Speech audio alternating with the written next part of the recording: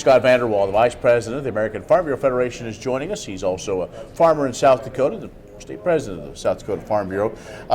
Scott, let's talk about the one thing that has been somewhat overshadowed, but something that each of us live with on a daily basis, and that is the ag economy.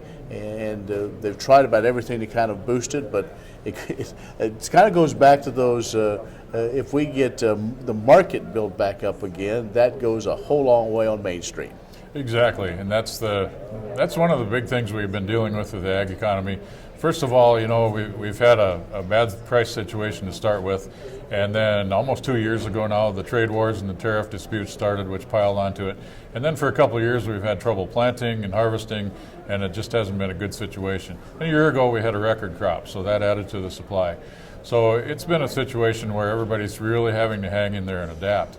Now, when we've had these tough conditions and the President did the market facilitation program, that certainly wouldn't have been our first choice as far as remedying the situation, but it is appreciated in the absence of trade agreements. And it's certainly going to help some people stay in business, whether it's young farmers that aren't real well capitalized or guys my age and older that are tired of seeing their equity disappear.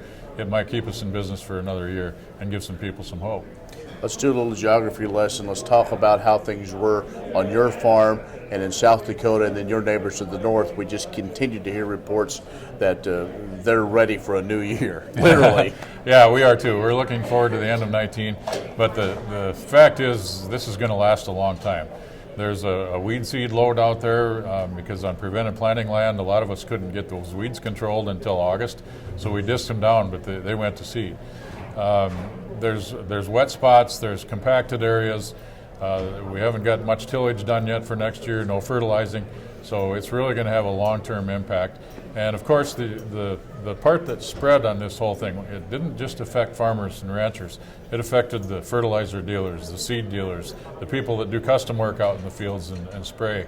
It was a long-reaching effect through our entire economy, and it's going to take a while to recover from that. But having said that, farmers are resilient. We're optimistic.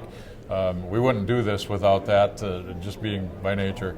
So we look forward to a better year next year, and hopefully it'll come about. And speaking of that, you're going to kick off a new year with your annual meeting.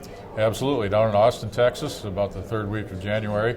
And we're looking forward to a great time there, not only celebrating the centennial like we talked about, but putting our policy in place for the next year where our members give us as leaders our marching orders for the coming year. All right. Scott Vaderwahl, who is the Vice President of the American Farm Bureau Federation, has joined us. Stay with us. We'll have more in a moment.